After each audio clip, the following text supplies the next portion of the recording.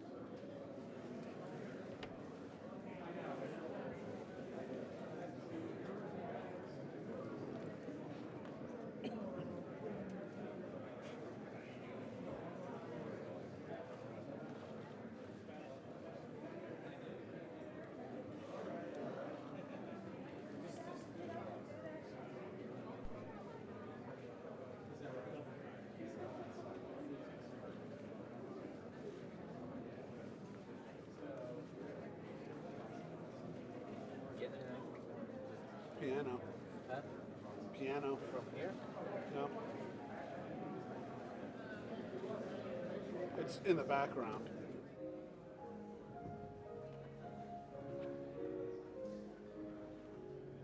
Super faint. Yeah, it's in the background. It's just coming off that mic.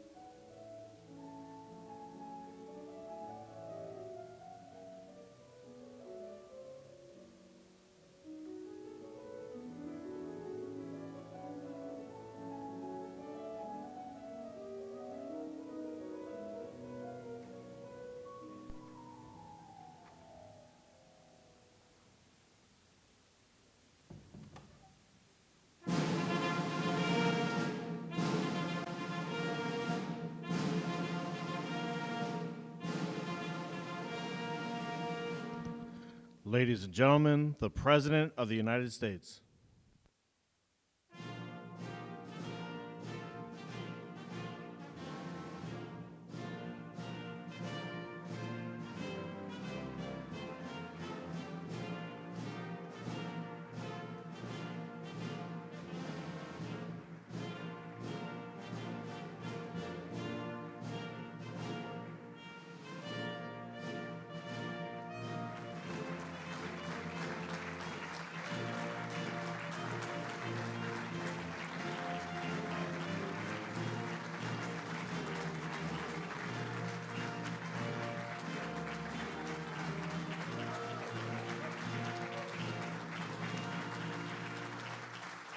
Thank you.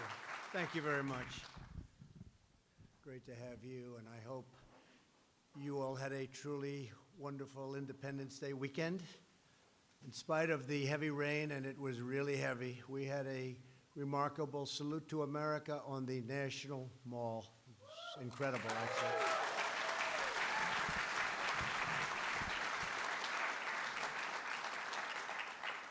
Standing on the steps of the great Lincoln Memorial and looking out on the crowds, these incredible, big, beautiful crowds, braving the weather all the way back to the Washington Monument, we celebrated freedom in all of its magnificence while saluting our great military. It was something really special. And I will say this, it was a wonderful day for all Americans, and based on its tremendous success, we're just making the decision, and I think we can say we've made the decision to do it again next year, and maybe we can say for the foreseeable future.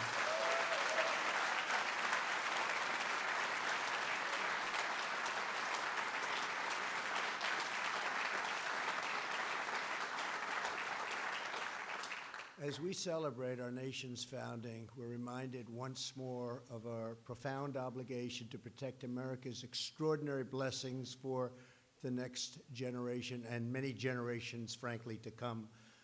Among the heritage we must preserve is our country's incredible natural splendor. That is the shared obligation that brings us together today. We have some incredibly talented people that know environment and what we're doing probably better than any people on earth.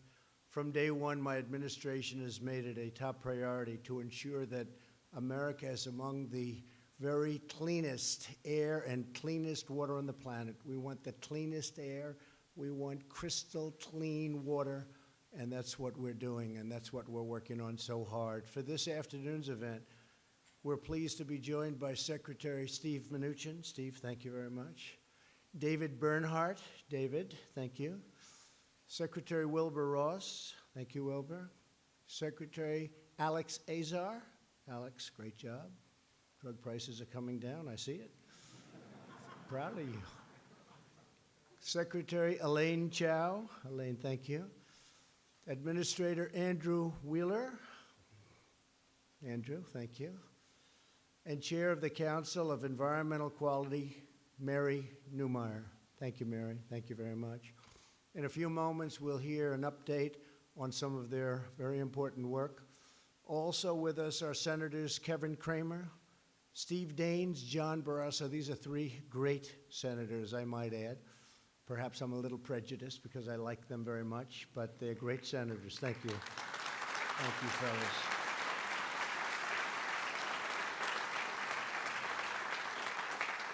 And Congressman Bruce Westerman, and thank you, Bruce, for being here. Appreciate it very much. Thank you all for being here.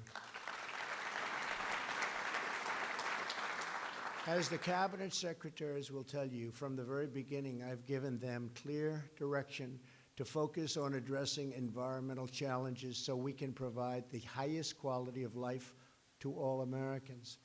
In addition to clean air and clean water, that means being good stewards of our public lands, prioritizing cleanup of polluted lands that threaten our most vulnerable citizens and threaten them very dearly, and implementing pro-growth policies to unlock innovation and new technologies which improve American life and America's environment. So important. These are incredible goals that everyone in this country should be able to rally behind, and they have rallied behind, and they've rallied behind in a very Republican and Democrat way. I really think that's something that is bipartisan.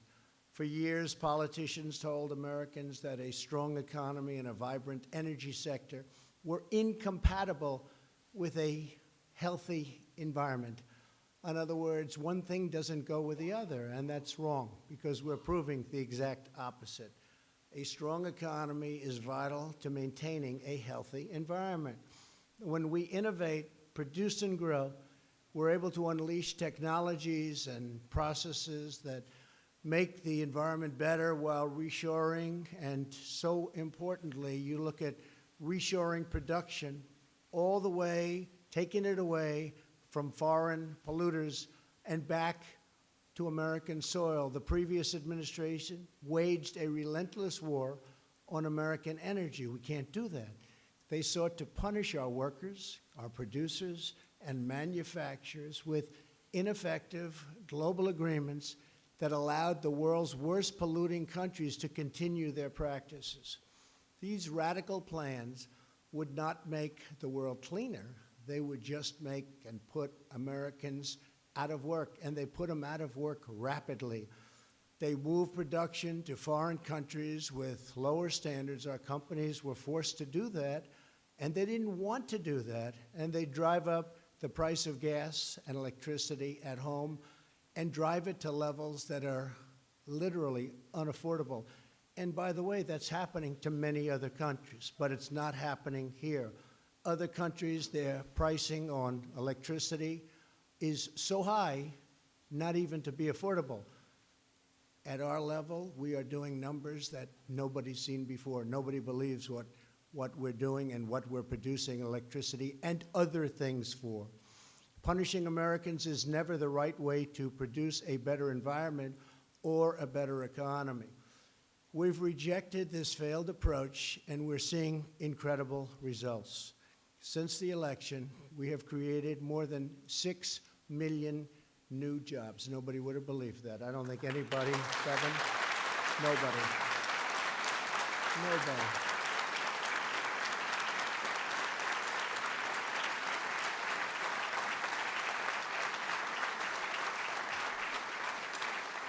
If I would have said that during the campaign, it wouldn't have been a pretty picture the next day as I read the headlines. 6 million new jobs. Unemployment has reached the lowest rate in a half a century. And we have more people working today than have ever worked in the history of our country. We're getting very close to 160 million people, which is unthinkable. If you go back 3 years and you said 160 million people, they would say unthinkable.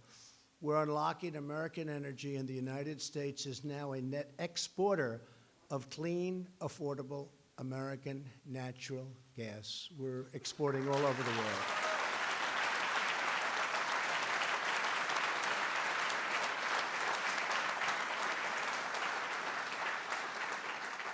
And today, the United States is ranked, listen to this, #1 in the world for access to clean drinking water. Ranked #1 in the world.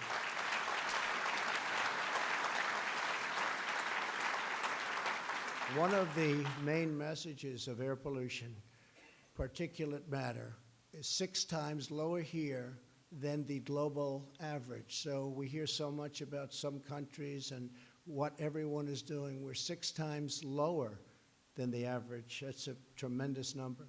Since 2000, our nation's energy-related carbon emissions have declined more than any other country on Earth. Think of that. Emissions are projected to drop in 2019 and 2020. We're doing a very tough job, and not everybody knows it, and that's one of the reasons we're here today to speak to you. Every single one of the signatories to the Paris Climate Accord lags behind America in overall emissions reductions. Who would think that is possible? For this reason, in my first year in office, I withdrew the United States from the unfair, ineffective, and very, very expensive Paris Climate Accord.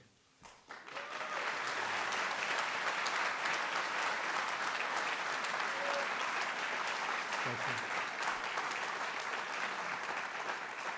Thank you.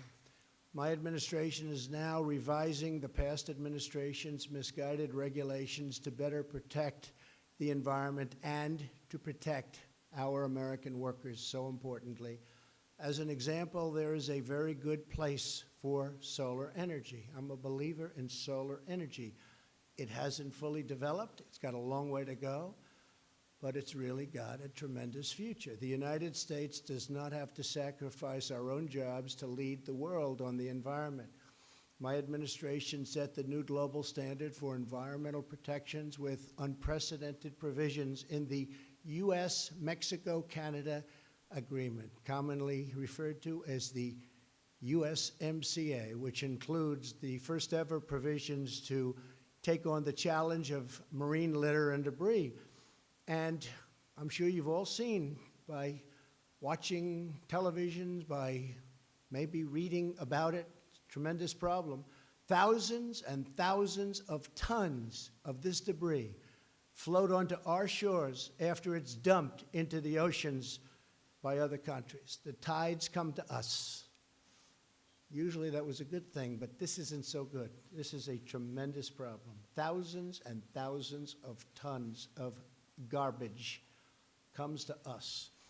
While we're focused on practical solutions, more than 100 Democrats in Congress now support the so-called Green New Deal. Their plan is estimated to cost our economy nearly $100 trillion, a number unthinkable, a number not affordable even in the best of times. If you go 150 years from now and we've had great success, that's not a number that's even thought to be affordable. Kill millions of jobs, it'll crush the dreams of the poorest Americans, and disproportionately harm minority communities. I will not stand for it. We will defend the environment, but we will also defend American sovereignty, American prosperity, and we will defend American jobs.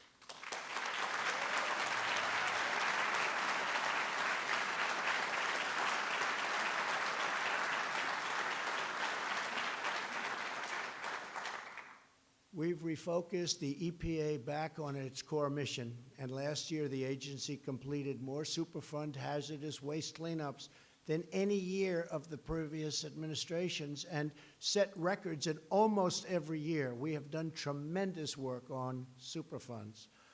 To name just two examples, we've made great strides cleaning up damage near a paper plant in Kalamazoo, Michigan, something that was beyond fix-up. They thought it was never going to happen, and also the Westlake landfill in Missouri.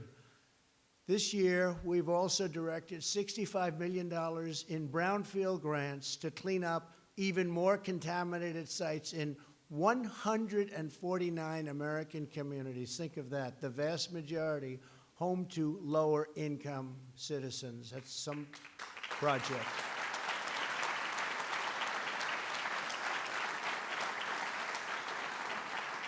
That is some project, and for the first time in nearly 30 years, we're in the process of strengthening national drinking water standards to protect vulnerable children from lead and copper exposure, something that has not been done, and we're doing it. And last month, our EPA took the first major action, nearly 2 decades, to reduce exposure to lead-contaminated dust. I signed America's Water Infrastructure Act along with these great gentlemen right here.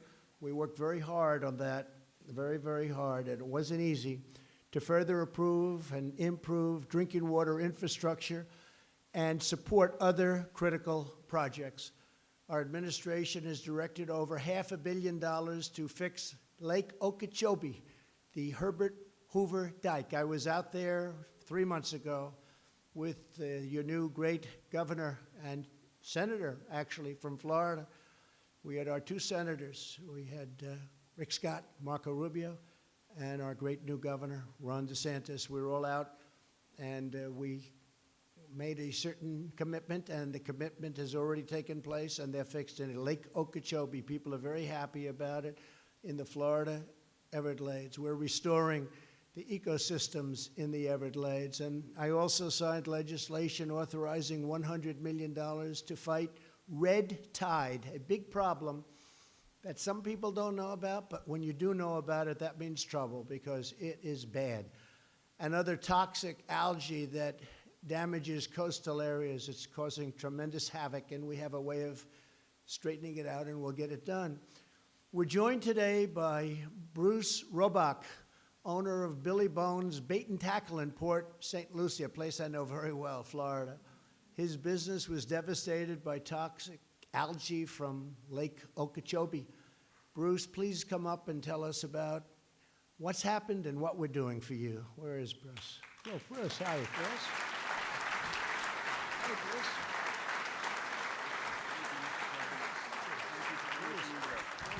Really appreciate it, sir. Thank you very much. Hello, how are you all today? All right, we had made a big trip up here to make sure we're here.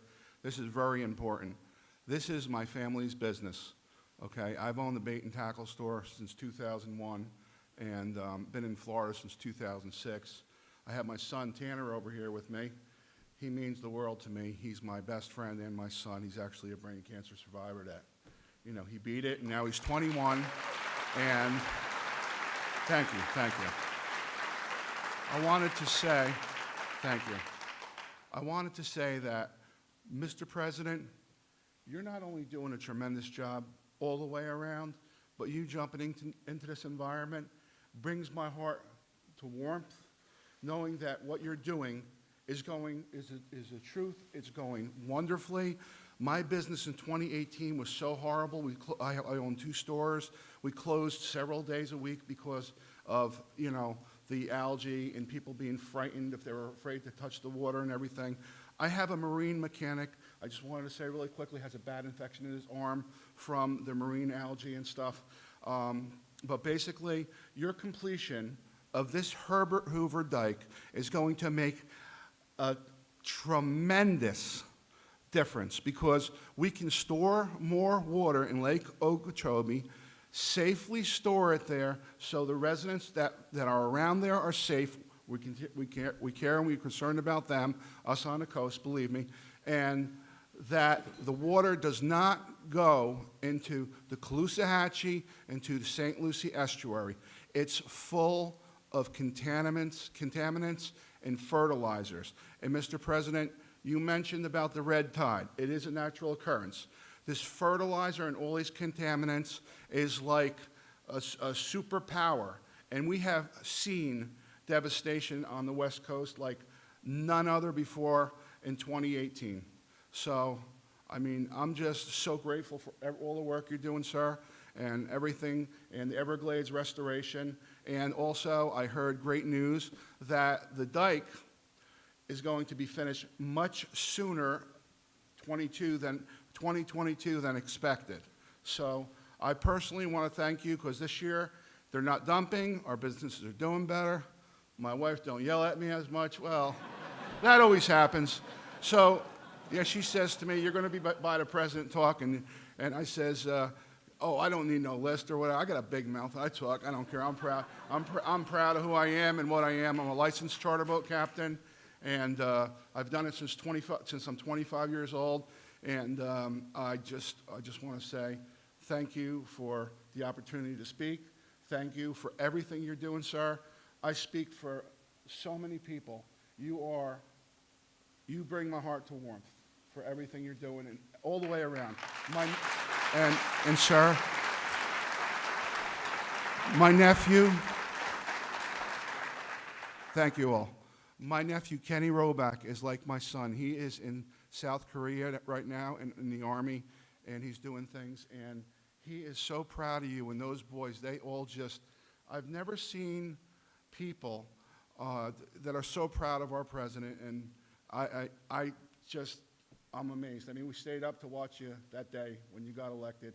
We're like, he's got it. So I'm sorry, I'm telling the truth. Listen, my dad taught me, don't tell no lies, and when you want me to shut up, I will, but I'm telling the truth. And Dad always say, I look a little like Donald Trump. He did a little bit. Well, you're much handsomer. Thank you. Thank you very much, sir. Yeah, thank you so much. Yeah, I work in the towers over there for Val Flores so much. I really appreciate it. Thank you, sir. You have no idea how many people appreciate everything you've done. I mean, thank you so much.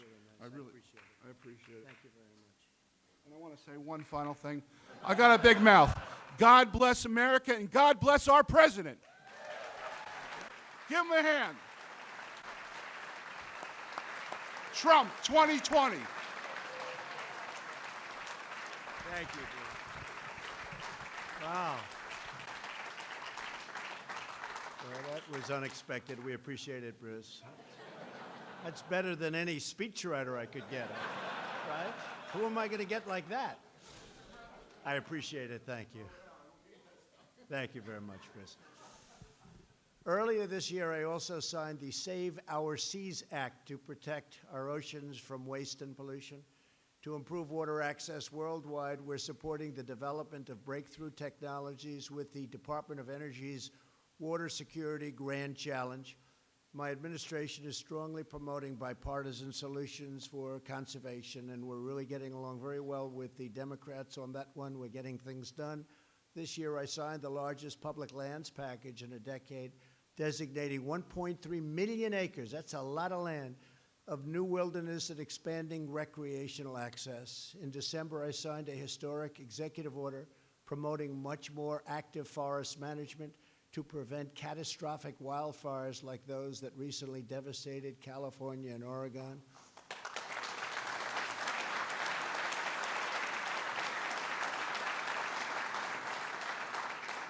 I went to the fires in California and I said, it's also management. It's a lot of things happening, but it's management. You can't have dirty floors. You can't have 20 years of leaves and fallen trees. After the first 17 months, they say the tree is like a piece of tinder. You have to be very careful, so you can't have that. That's why you have so many fires. And I will say this, spoke with the governor of California, spoke with many people, and the process of cleaning is now really taking precedent. A lot of people are looking at forest management. It's a word that people didn't understand last year, and now they're getting it. And you don't have to have any forests, fires. It's interesting. I spoke to certain countries, and they said, sir, we're a forest nation.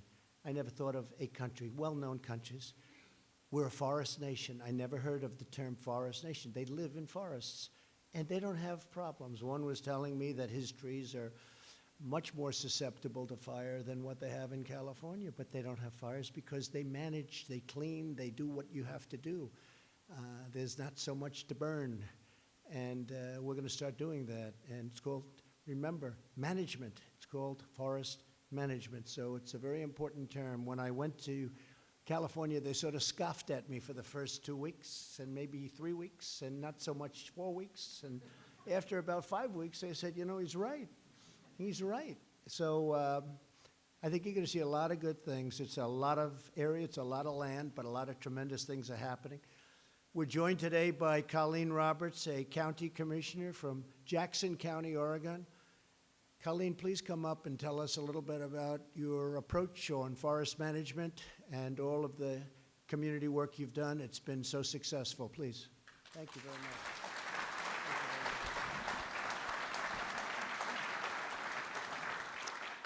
So I want to thank our President Trump and your administration, sir, for this opportunity. It's a great opportunity to be here today and speak on this very important issue. And in support of your executive order to reduce the hazardous fuel loads in our federal forests. Jackson County, the county I am from, Southern Oregon, comprises about 50% of federal lands to be managed by our federal agencies. And previous administrations have allowed these lands to be mismanaged and thus are burdened with the heavy fuel loads. Wildland fire policies also allowing management objectives to be attained through prescribed burning during our fire season is flawed. Our board has studied and successfully shared information with neighboring counties and NACO, the National Association of Counties, in an effort to achieve wildland fire policy changes. We've suffered through years of hazardous wildfire conditions, and during toxic smoke events for the past 2 years, that endured not just for a day, but 3 and 4 months on end, and it has adversely affected the health of our residents and our economy. Fuels reduction through the executive order that our president has put forth and fire policies can work together for healthy forests and public lands that our citizens deserve.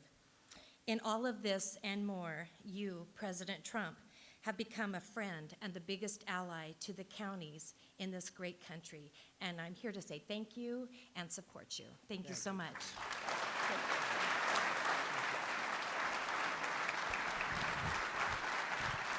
Thank you, Colleen. And I also spoke with the governor of California about helping out with the earthquakes, and we'll be doing that. We're working very closely in California with the various representatives, and we're making a lot of progress. That was a long time, a lot of shock, a lot of shake, and we are helping out, and so we're working with government. And all across the nation, our policies are ensuring that extreme agendas do not stand in the way of responsible use of public lands. We're getting Washington bureaucrats off of their backs, and we want to make sure that they go out and help our hunters and our fishers and farmers and everyone, and they want to do it. They're going to do it, and they want to do it. Everybody that endures and really loves the great outdoors, in the proud tradition of conservation that the Republican Party inherits from Teddy Roosevelt, we will preserve this land for our magnificent people. That's what we're doing. We're preserving our land. We're making our land better and cleaner and safer. Now I'd like to invite Administrator Andrew Wheeler up. He's at the EPA. He's doing a fantastic job, and he's keeping America clean, and we appreciate it very much. Andrew, please come up.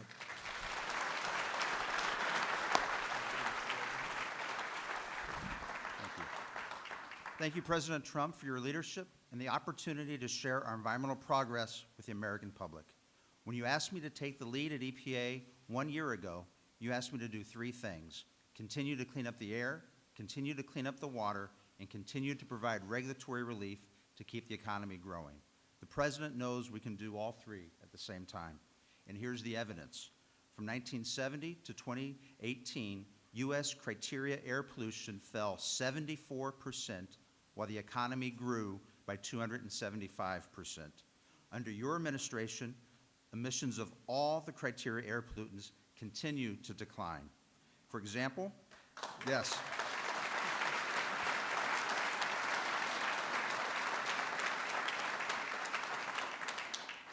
For example, the lead and sulfur dioxide have dropped by double-digit percentages over the last 2 years.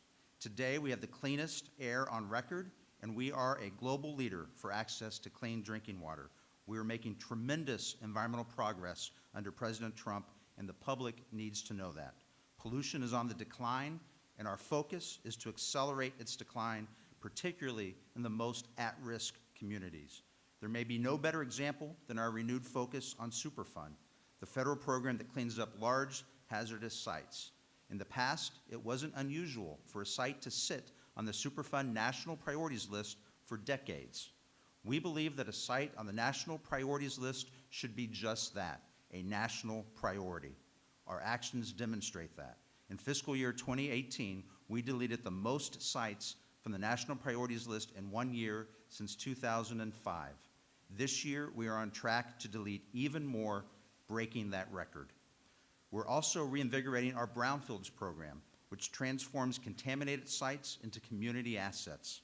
We recently announced nearly $65 million in brownfield grants to 149 communities nationwide. 40% of these communities are receiving brownfields funding for the very first time. And thanks to the President's historic tax reform package, we're prioritizing opportunity zones. Of the 149 grant recipients, 108 have identified sites designated as opportunity zones, including in cities such as Detroit and Green Bay. On air quality, we're helping areas across the country reduce air pollution and meet the nation's air quality standards. On water, we're helping communities modernize their water infrastructure. Since 2017, we've issued 8 water infrastructure loans totaling over $2 billion. These loans will help finance roughly $4 billion in water infrastructure projects, and create 6,000 jobs.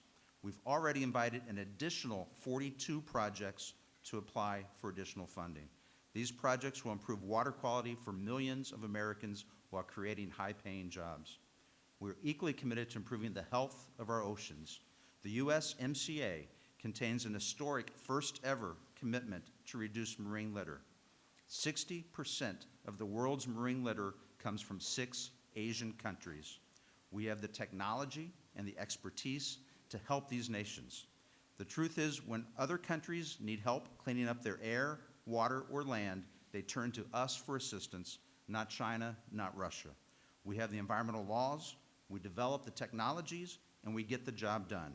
America is and will remain the gold standard for environmental protection, and every American should know that our nation is cleaner, safer, and stronger today, thanks to the leadership of President Trump. Thank you, Mr. President.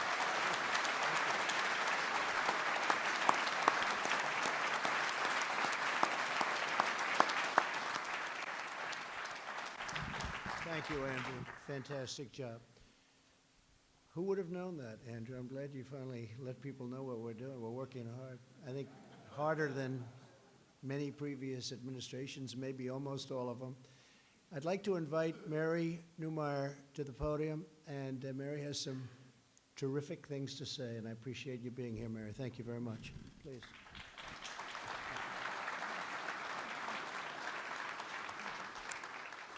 President Trump, thank you for your leadership in continuing to advance environmental protection. Thank you.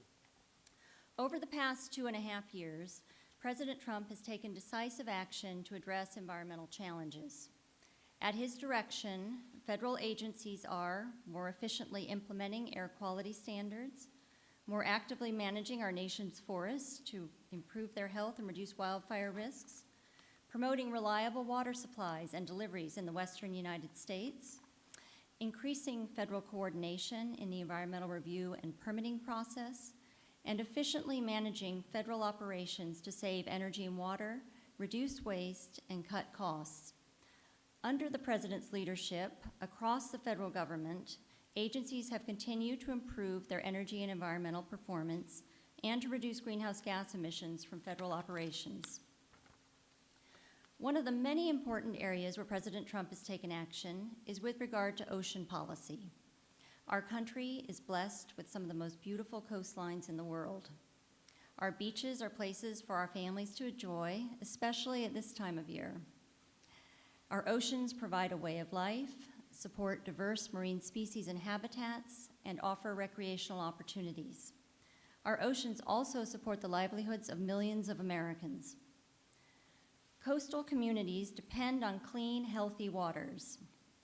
Under President Trump's direction, agencies are improving the management of our ocean and coastal waters for present and future generations of Americans. A little over a year ago, President Trump signed an executive order directing federal agencies to improve coordination on ocean-related matters, work with state-led regional ocean partnerships, expand federal access to federal ocean-related data, and maximize the effectiveness of agency investments in ocean research. Federal agencies are working with state, regional, and other stakeholders to address coastal and ocean management challenges. The agencies are also prioritizing research to better understand and protect our coastal environment, to improve our knowledge of our vast oceans, and to develop next-generation ocean technologies. This fall, the administration will convene a summit to promote partnerships in ocean science and technology. The summit will showcase American leadership and engage the research community and the private sector to explore the unknown ocean, advance marine science, and promote new technologies. In addition to implementing the Save Our Seas Act signed by President Trump, our federal agencies have also prioritized addressing the harmful effects of marine debris. This administration has engaged with members of Congress, conservation organizations, the private sector, and other nations. It is critical that we effectively take action on this issue and improve the health of our oceans. The administration is committed to ensuring that we are good stewards of our environment while supporting American prosperity. We look forward to continuing to address our nation's environmental challenges and to improving quality of life for all Americans.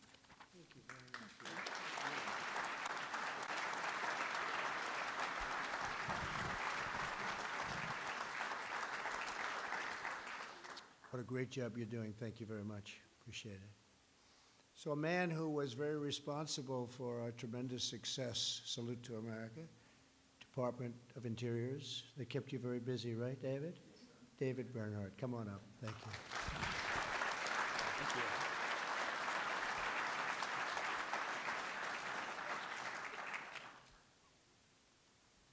Good afternoon.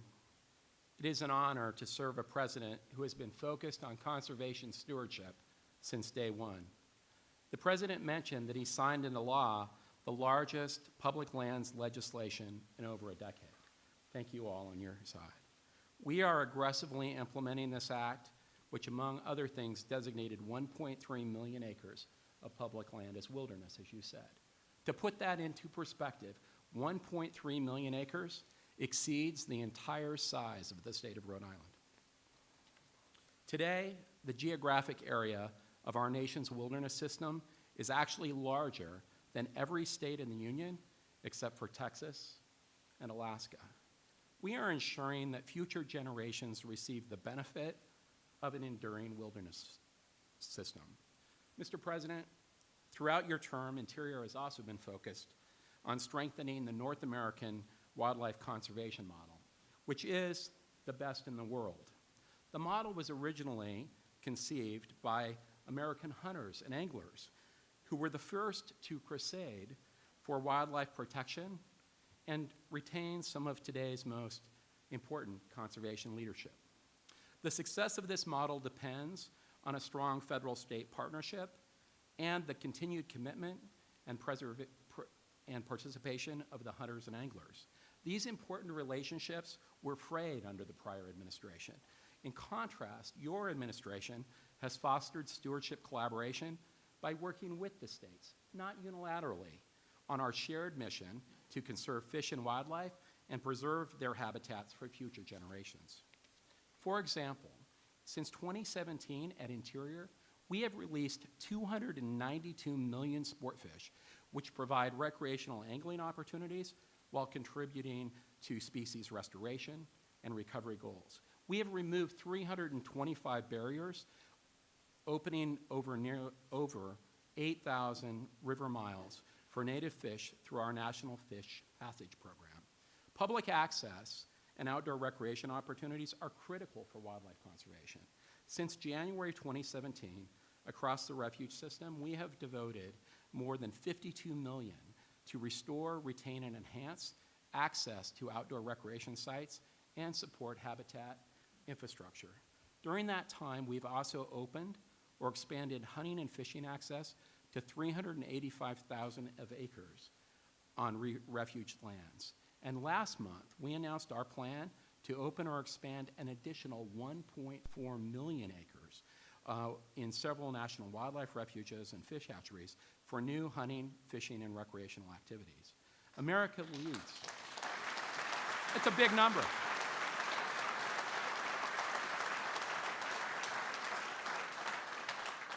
The reality is that America leads the world in wilderness and wildlife conservation efforts.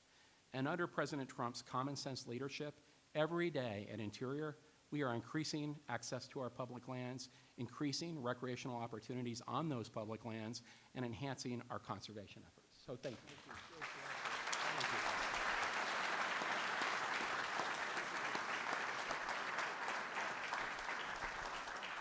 Well, thank you very much, David. I got to know this one, David. You I didn't know, but I got to know this one. He's a tough competitor on the campaign trail. He wanted this position. And we fought, and I said, you know, I want him someday. If I win, I'm going to get him in some capacity. And who's better to get than a man who successfully ran Texas for 12 years? Is that what it is? 12 years, right? Long time. Great state, and you did a great job. So I said, I want Rick Perry working for us. And he knows more about energy than anybody. Come on up, Rick.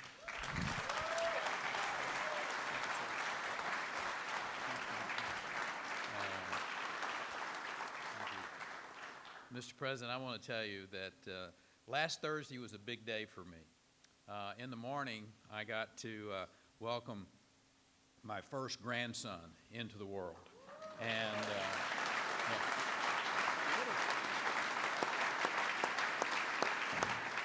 and that afternoon, I got to watch the President of the United States give one of the greatest history lessons that I've ever seen before, and to celebrate the American military like I've never seen it celebrated for. I am proud to be standing with you, proud to be working in this cabinet with these men and women. This is a great moment for America. It's a great moment for America for a lot of reasons.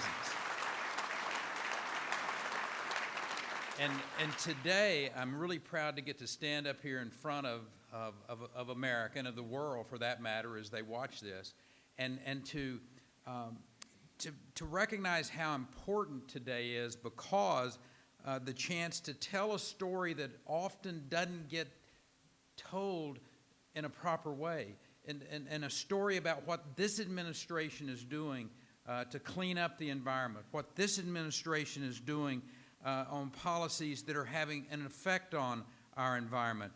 At the Department of Energy, we have championed both the historic development of our nation's resources and the technological breakthroughs that are just literally cascading across this country in ways to use energy more cleanly, more efficiently than anyone ever thought possible before.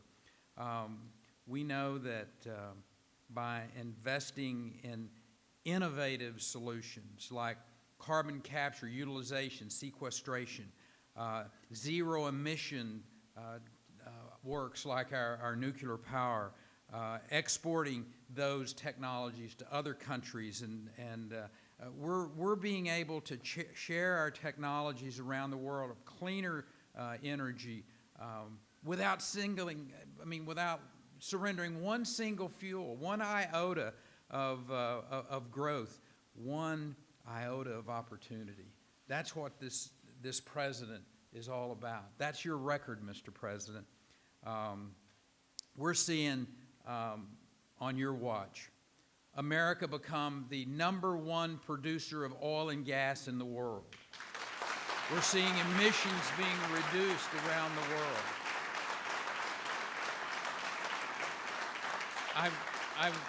I was with some of our friends from the European Union and reminding them about what you're being able to do in this country with the innovation. We're being able to deliver liquefied natural gas to them so they can move away from these dirtier burning old inefficient plants and bring a cleaner environment to those countries.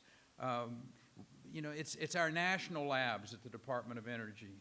Elaine, we've talked about this, and you've seen this through your years, where this technological revolution that is occurring, and we're not only increasing our energy supply, but we're making it cleaner. We're doing it in a way that the world is enjoying with us. So, and at your direction, Mr. President, DOE launched, as you mentioned earlier, the Water Security Grand Challenge.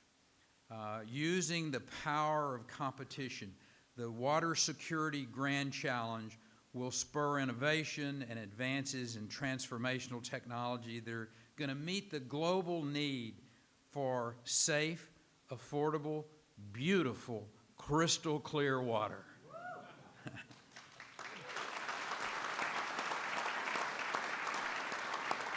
Well, Mr. President, it's been your policies, it's been your focus that greater energy security for America, while at the same time enhancing our environmental stewardship. I think the world needs to look at your leadership. Look at what you've done. You know, for too long there's been this conventional wisdom that you got to choose between economic growth and environmental protection. That's a false choice. And it's one that you've talked about, Mr. President. It's always been this country, and this country that leads, just like you reminded people last Thursday, the greatness of America, the innovation of America, and the future of this world will rely greatly upon America and this administration. Thank you, Mr. President, for the opportunity. Yes, sir.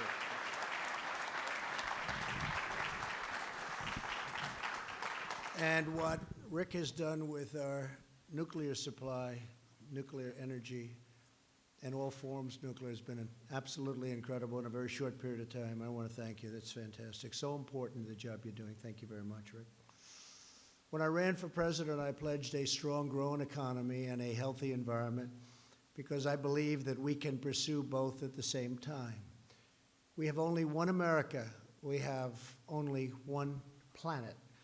That's why every day of my presidency, we will fight for a cleaner environment and a better quality of life for every one of our great citizens. Above all, we will remain loyal to the American people and be faithful stewards of God's glorious creation from sea to shining sea. Thank you all very much for being here. God bless you, and God bless America. Thank you.